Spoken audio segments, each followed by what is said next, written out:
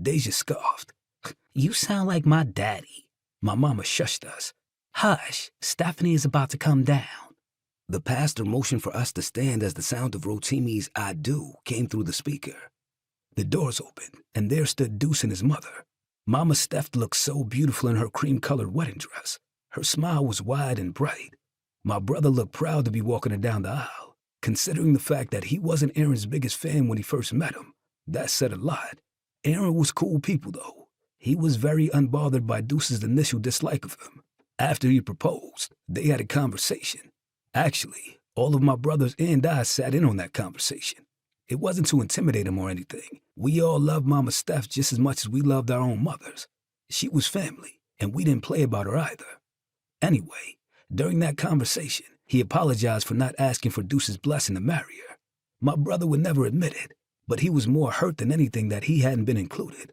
Mama Steph was one of the 3 women that made up his heart. He wouldn't hand her off to just anybody. They hashed it out without my brother's trigger-happy ass having to pull his gun. These days, they were able to laugh and joke around. Darlin loved him as much as she loved our father, so that made it a little easier. Aaron was standing at the altar with the biggest smile on his face and tears in his eyes. That made me shift my gaze to my father.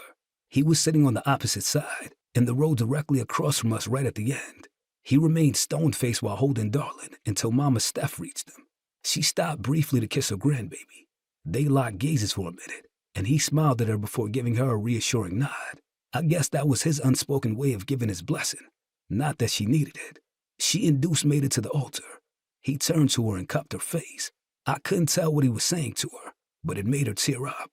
She mouthed the words, "I love you," before giving him a hug and a kiss on the cheek. He placed her hand in Aaron's and said something to him as well.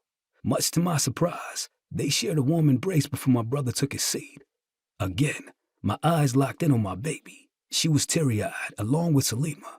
I'd been thinking long and hard about proposing to her. I just wasn't sure of when and how to do it.